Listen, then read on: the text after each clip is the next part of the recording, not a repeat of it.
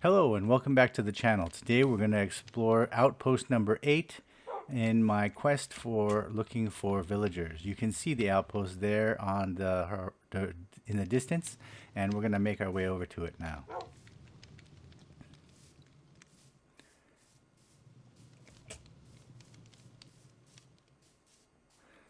Here's a look at the side.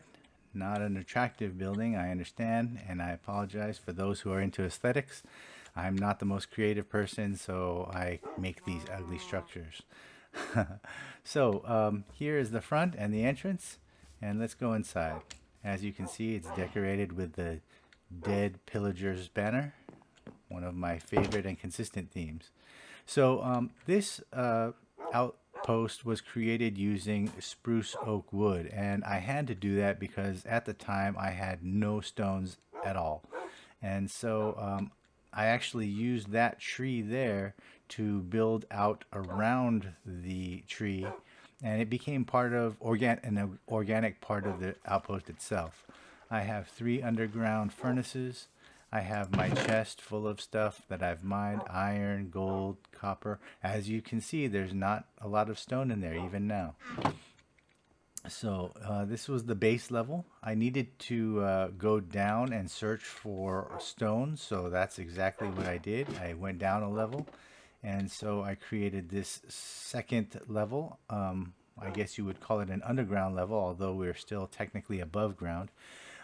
Again, it's fashioned out of all spruce oak wood. I added the smooth stone and polished andesite later. And let's go down to the third level. This third level was created for the same reason. I needed to find more stone, and I was hoping mining deeper into the hill would give me some more stone.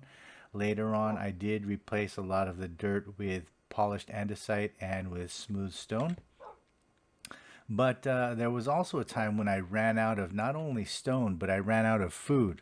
So I thought the safest way would be for me to fish, but the river was too far for me to run back and forth every time I needed to fish. So I built out the shelter all the way to the water's edge. And you can see it was all done with spruce oak wood again. And this door opens out right to the river's edge. I can fish here from a position of safety and comfort, and I don't have to worry about being attacked by any mobs.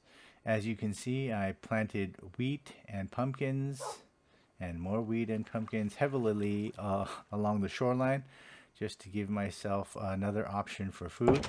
That came in handy because the wheat I could make into bread, and the bread provided good food and nourishment for a long while that I was before I was able to get more fish and meat. So that is the 3 indoor levels. Let's take a look from the roof and get a perspective of the layout. You will recognize this theme from prior outposts. It's the 2x2 of trees, in this case spruce oak, and I don't do it for looks. It's purely functional, and I explained the reason why before. It's because of the canopy. As you can see, when the trees grow together, their leaves form an overhead intertwined canopy, and it protects you from attacks from above. When you don't sleep, you're attacked by phantoms in Minecraft, and then they'll dive bomb you from the sky, and these trees protect me from that. So that's why I do this. I like to have that protection.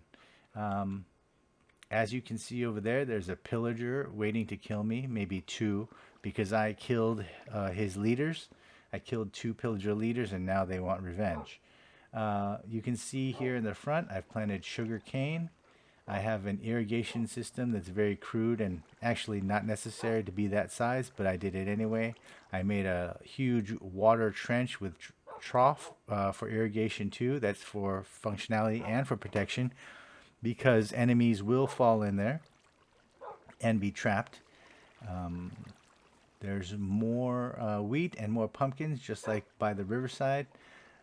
There's no more animals for me to trap, just this one lone cow. When I ran out of food, I had to kill everything in sight, and there is nothing left. You can see there's no more sheep, there's no more pigs. I killed everything just to stay alive. So I'll have to work on getting some livestock back to this shelter at some time in the future. But yeah, you can see there's nothing roaming around. There's no animals crawling around. I had to slay them all. The one thing you might notice is this row of 2 by 2 sweet berries, and it extends along the side and out in front all the way across. And what I discovered is that sweet berries, when planted like that together and across the way, form an impregnable barrier that mobs cannot cross. So pillagers cannot cross it, zombies cannot cross it, skeletons cannot cross it, and it actually causes them harm when they rub up against it. Unfortunately, it also can harm your wolves. So one of my wolves died when it was trying to cross that barrier and kept on running into it, causing it damage until it died.